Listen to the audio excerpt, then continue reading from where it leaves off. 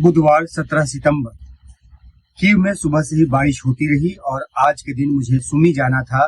सुमी जो कि front line पर है, जो कि रूस के साथ लगने वाली सीमा पर है, और वहां जाना था, और जिसके लिए डिफेंस जो मिनिस्ट्री है यूक्रेन का, उसका परमिशन भी जो युद्ध के समय युद्ध कवरेज के लिए लिया था वो भी था। लेकिन अब पता चला है कि जो सुमी है उसको ग्रे जोन में बदल दिया गया है, और वहां पर जो यूक्रेन के नागरिक नहीं है, वहां के बाशिंदे नहीं है, उनको जाने के लिए खास परमिशन लेनी पड़ती है। और उस परमिशन को वहां की जो स्थानीय सेना है, यानी कि वहां की जो बटालियन है, वो देती है, और वो हो नहीं पाया क्योंकि वक्त कम था, इसलिए सुमी हम नहीं पहुंच पाए। सुमी जाकर हम सिचुएशन को दिखाना चाहते थे जो कि बहुत ही खतरनाक बनी हुई है। सुमी वही शहर है जहां से हजारों की तादाद में भारतीय छात्रों को निकाला गया था जब युद्ध की शुरुआत हुई थी, और किस तरीके से उस समय एक ऑपरेशन चलाकर छात्रों को निकाला गया था, और कितनी मुश्किल, कितनी चुनौतियां आई थी, उसकी याद हम सबों को अभी तक है। बहरहाल वो शहर जो है लगातार रूसी हमले की जद में है। बड़े बड़े हमले वहां पर हर दिन हो रहे हैं। कीव जैसे शहर में पिछले 6-7 दिनों में हमने शांति देखी, उसके पीछे कई वजह रही। एक तो ये कि कई प्रतिनिधिमंडल जो है उसका दौरा यहाँ पर रहा, और इस वजह से खासतौर पे जो अमेरिकी विशेष प्रतिनिधि है वो यहाँ पर थे। हालांकि उसके बाद, उनके जाने के बाद भी एयर सायरन की आवाज जरूर 2-3-4 बार सुनाई पड़ी, लेकिन कोई बड़ा हवाई हमला कीव शहर पर नहीं हुआ। लेकिन सुमी शहर में लगातार हमले जारी हैं, चाहे वो मिसाइलों से हो, ड्रोन से हो। और दूसरी बात ये भी है कि सुमी शहर पर हमला ना भी हो, अगर यूक्रेन के दूसरे इलाकों में हमला हो तो सुमी शहर के ऊपर से ही ड्रोन और जो मिसाइल हैं वो जाते नजर आते हैं जब रूस की तरफ से उनको दागा जाता है।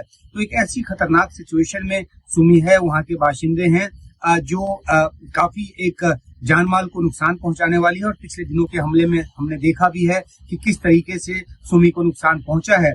खतरा इस बात का बना हुआ है कि सुमी शहर जो है वो क्या रूस के हाथों गिर जाएगा, उसके हाथों लग जाएगा। उसकी लगातार कोशिश इस बात को लेकर है कि कोई भी युद्ध विराम या युद्ध रुकने की स्थिति हो तो ज्यादा से ज्यादा इलाका जो है यूक्रेन का उसके कब्जे में हो। और सुमी क्योंकि कुर्स्क से लगता हुआ इलाका है तो काफी उसकी जो रणनीतिक अहमियत है, क्योंकि कुर्स्क में जो यूक्रेन के सैनिक घुसे थे, लंबे समय तक वहां बैठे रहे, और कुछ इलाकों में अभी भी छिटपुट तरीके से हैं, तो वो सुमी के साथ लगने वाले इलाके में और सुमी की तरफ से ही वो आगे बढ़े थे। और इसलिए रूस चाहता है कि उस शहर पर कब्जा करके एक बफर जोन को और ज्यादा जो है वो बड़ा कर ले। तो इस लिहाज से वो लगातार सुमी के अलग अलग इलाकों पर हमले करता रहा है। सिटी सेंटर पर जब एक हमला हुआ था उसमें हमने देखा किस तरीके से किंजाल मिसाइल का इस्तेमाल किया गया था, और 35 से 37 लोगों की जो मौत है वो हो गई थी।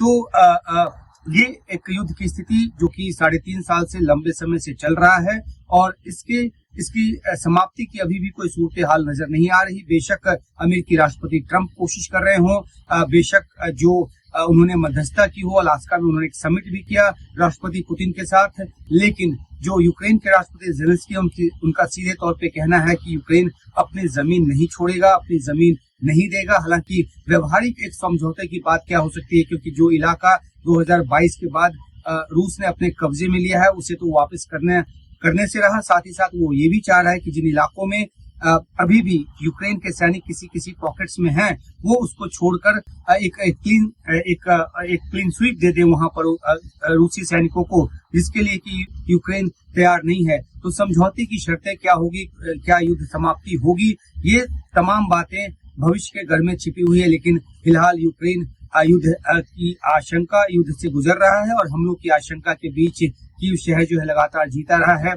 गनीमत है कि पिछले कुछ दिनों से यहाँ पर शांति है, लेकिन ये कब तक शांति रहेगी ये कहा नहीं जा सकता। तो फिलहाल सुमी तो हम नहीं जा पाए, वहाँ के हालात को आपको नहीं दिखा पाए, आगे ये कभी करेंगे ऐसा हमारा आपसे वादा है। लेकिन फिलहाल कीव से दीजिए मुझे इजाजत, और देखते रहिए मेरे YouTube चैनल को, मेरे ट्विटर हैंडल।